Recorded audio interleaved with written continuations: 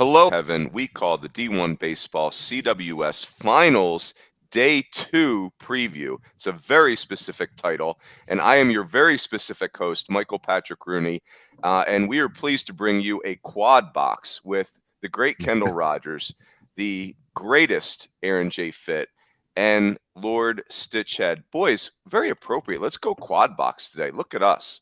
Top Quad of the morning box. to you. Thank you. Yeah. Good. Get quadratic. I just want to welcome Zebediah back to the Yes, it's good to have to the Zebediah. podcast. That's Good to be right. back. Good to be back. See, how boys. was the wedding? How was it?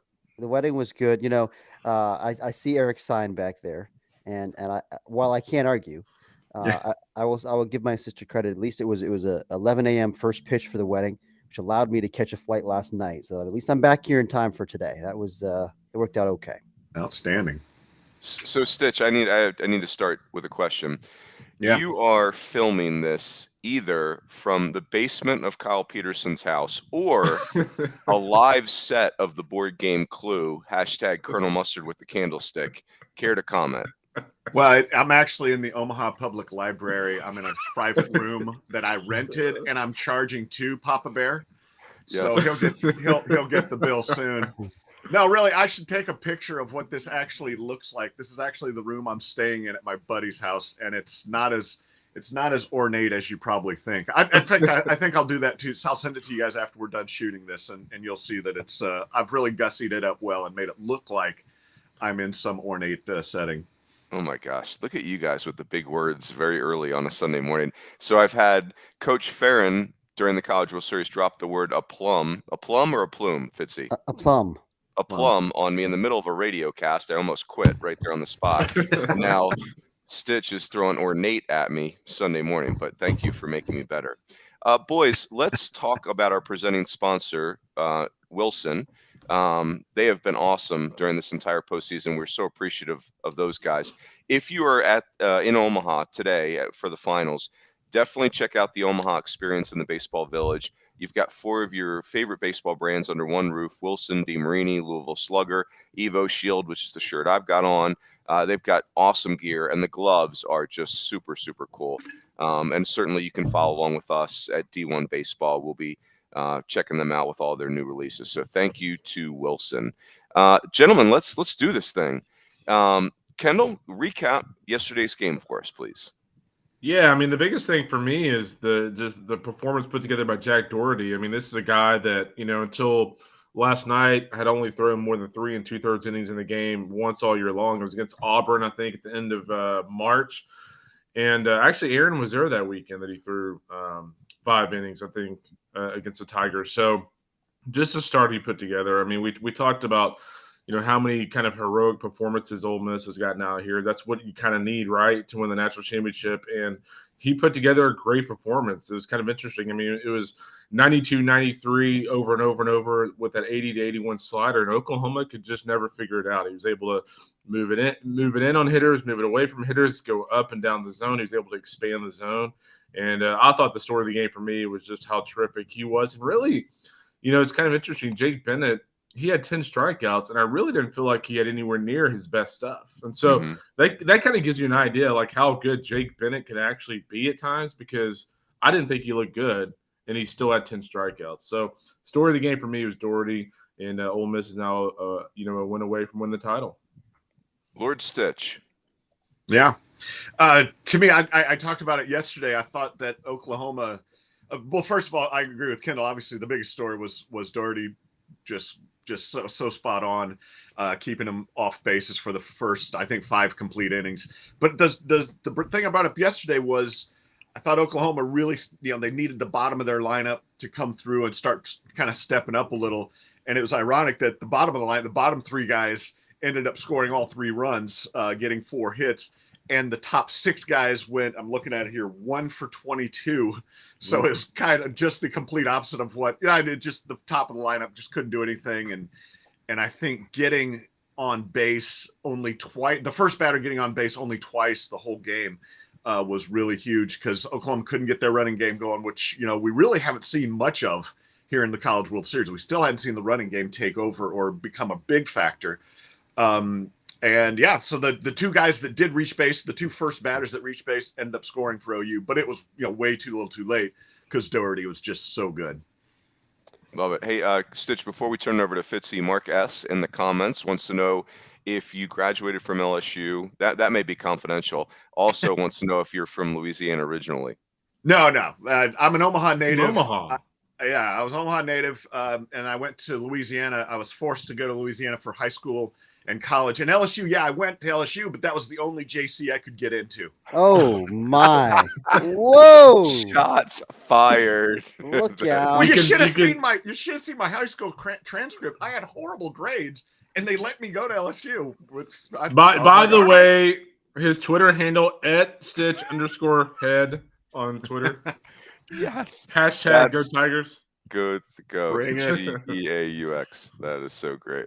Fitzy, your take on the ball game yesterday, which, by the way, you listened to over the radio, which is baseball on the radio. It's just that's outstanding. Kevin Kugler, the Dulcet tones are Cougs. A true prince among men. This guy. Yes. He took me home. Couldn't get the video stream on the plane, but I got the Cougs. It sounded like a great atmosphere. Actually, I did get to Chicago for a layover and saw the back-to-back home runs there that Ole Miss hit, which that seemed like that kind of put the game away. It was 4-2, right? I mean, in the seventh, was it the seventh inning? Yeah, and Oklahoma had the tying run at second in the bottom of that or the bottom of the previous inning. Yeah, I mean that game was still hanging in the balance there, and then Rebels just created some distance. How about Timothy John Elko? My goodness, 4 for 4, 2 home runs. Do I have that right? One backside, one pull side. No, just one home run yesterday. Oh, one, yeah. No, 4 hits though. 4 knocks. 4 hits. That's pretty good. Really good. I mean, this guy is. It'll be interesting if Ole Miss can win it all, whether it's Elko or DeLucia who gets MLP. I'm going to throw that out there. I wonder what the Vegas money line is on that.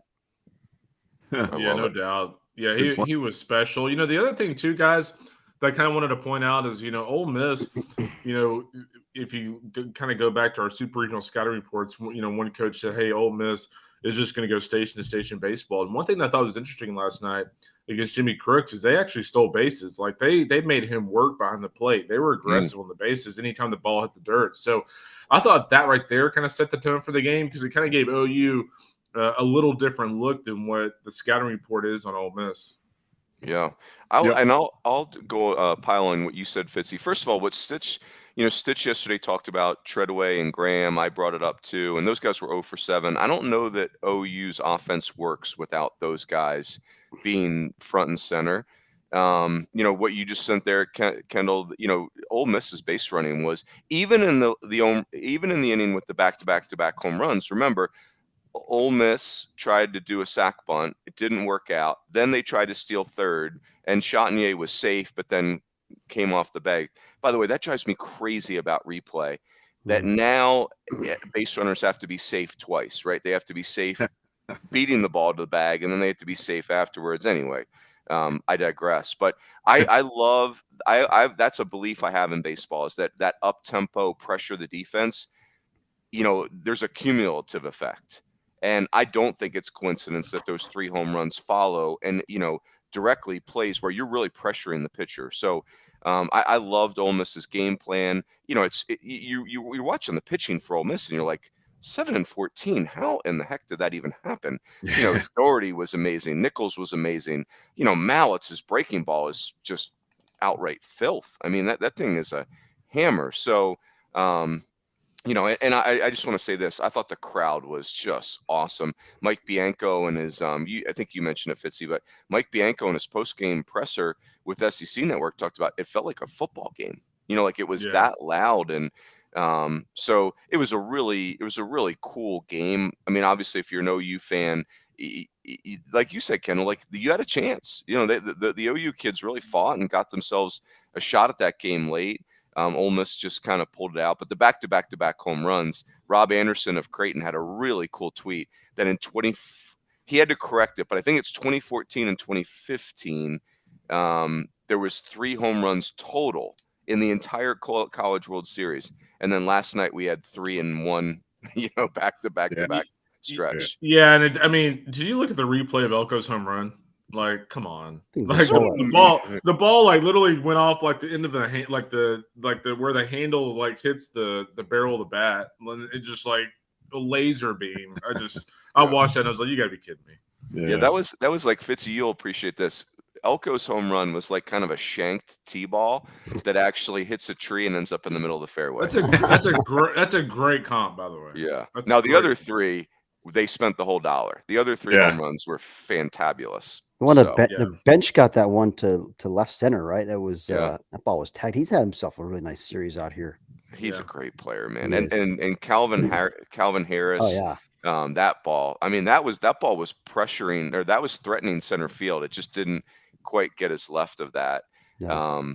So anyway, TJ McCants has got a little Darryl Strawberry in him, where there's just a lot of, it's that long, lean, super hot bat speed left-hander with tons of swing and miss. But if you're calling pitches against TJ McCants, you're like, I mean, rosary beads are out, right? Like it's, you make a mistake and man, that is a gorgeous, gorgeous swing. I wish he swung and missed less, and maybe he'll get there. I think he will.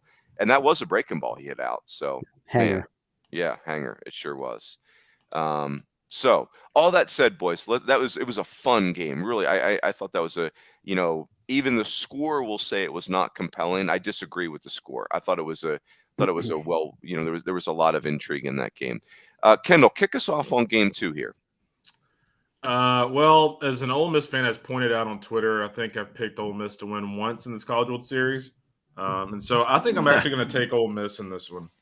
I think when you look at just the way they're playing, man, they feel it. I mean, Tim Elko, I thought yesterday in the post-game presser, like he's over there smiling ear to ear after the game, and like those dudes can feel it. I don't see them not playing at the same level. They've played at this level every single game. So who am I to say they're all of a sudden just going to play at a totally different level? So I think Hunter Elliott gives them 4 or 5, maybe gives them 5 no-hit innings again, just like Doherty did last night. But, now they can, I think they can use Josh Mallett again. Brandon Johnson's available. And you know what? You can bet if Ole Miss has a lead in the 9th inning and they need somebody to pitch, DeLucia will come out of the bullpen and close that thing out. Fitzy, what are you thinking here? I don't know if I would bet my what about that, but maybe. I don't think it's good to bet it ever, but yeah. I love Kendall. You're a broke gambler. Yeah, I think the Rebels are they have momentum clearly. I like teams that you talk. I wasn't there for post game yesterday, but I liked their demeanor the other day in post game after they after they won on Thursday, and it sounds like that carried over. I like teams that look like they're having fun out here, and that's one thing. Like it almost reminds me of like for me the gold standard. I always go back to like the South Carolina teams, the Roth and Price and Matthews teams, and then the Coastal Carolina teams. Like those kids look like they were just having a blast, and like that to me tells me they're loose and free and just playing, right? It's like out on the old sand lot. That's kind of the vibe I get from Ole Miss right now. I love that. And I actually really believe in Hunter Elliott. As a true freshman, he was really good out here last week.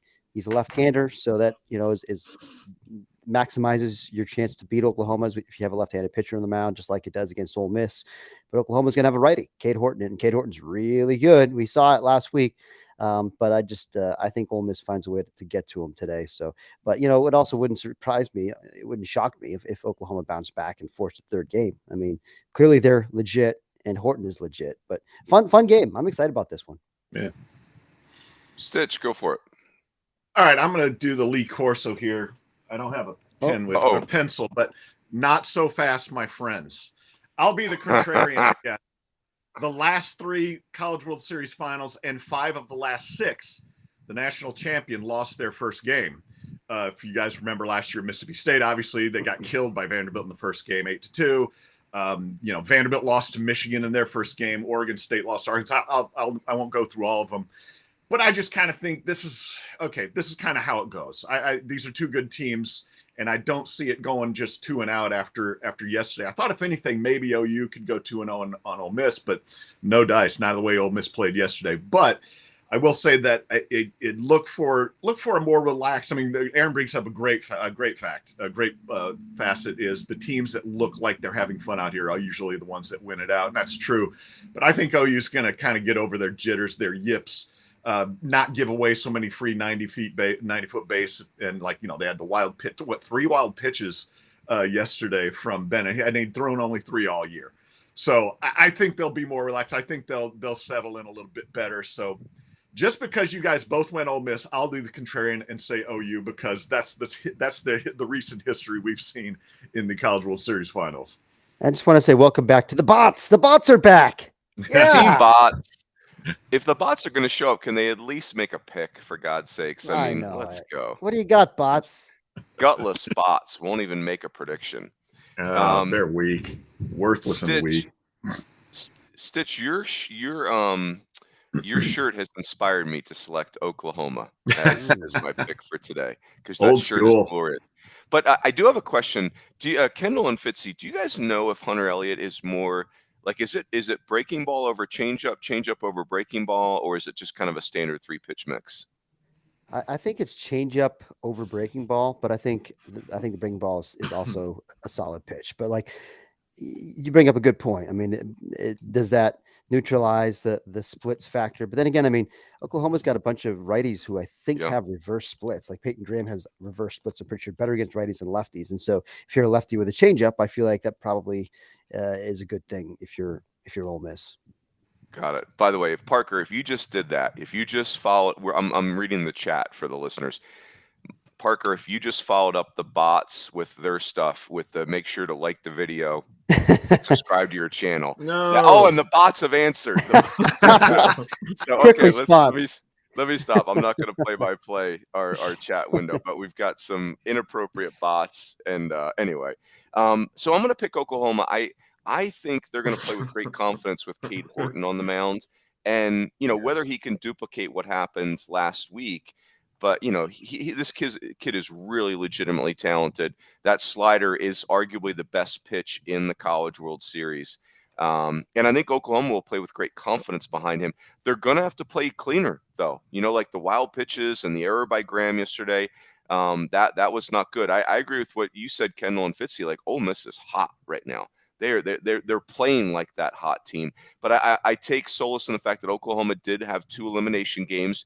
They had an elimination game in the regional. They had an elimination game in the super regional. Florida and Virginia Tech pressured them both times. Skip Johnson doesn't have choices to make today. The second the game's in jeopardy, you're giving Trevin Michael the ball. And I think that's a key. If there go away bots. Thank you, Dan Shed. Dan Shed defending us in the chat window. I think that's a key for Ole Miss, is if this ends up in a game 3, you need to force Trevin Michael into the game as soon as possible. I'll give you guys another thing that I noticed yesterday. Jacob Gonzalez has had a really difficult postseason, at least the part that we've seen. And the at-bats to start the day yesterday by Jacob Gonzalez were some of the worst I've seen from him.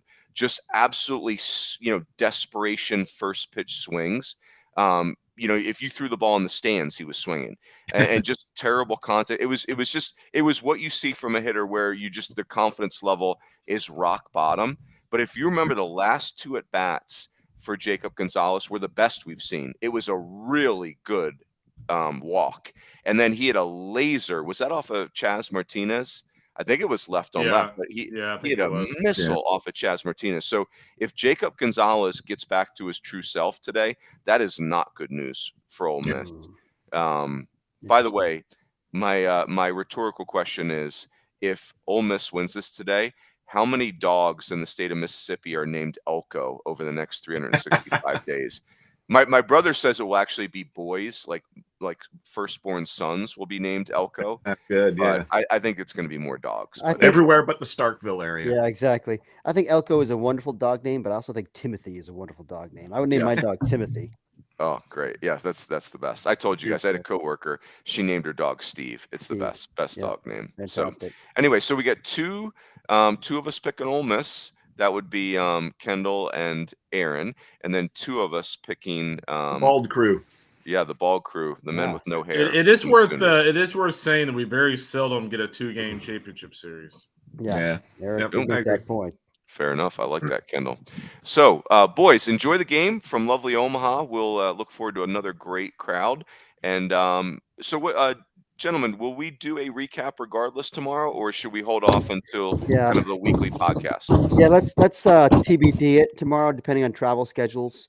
If in fact this game ends tonight, then we might be in scramble mode. But we'll definitely have something. I would think by Tuesday at the latest, we'll have some kind of a recap. But if there's a game tomorrow, then we'll do again tomorrow. Fitzy, before we sign off, I have one final question. So, Yeah. I keep saying Old Miss, right? And they prefer Ole Miss. Yeah. But I would like to. You're the English major among us, or you're the one with the elite vocab. Isn't Ole Miss short for Old Mississippi?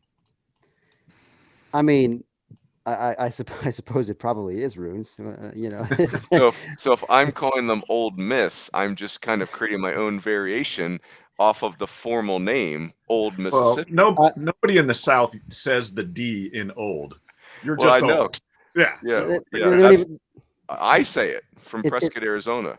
It's a branding thing, though, isn't it? I mean, that's I'm violating the brand. Well, I don't want violating to the brand. Yeah, be careful. Yeah, that's true. I'm pro brand. So anyway, boys, enjoy the game. Looking forward to another good one, and we will talk to you later.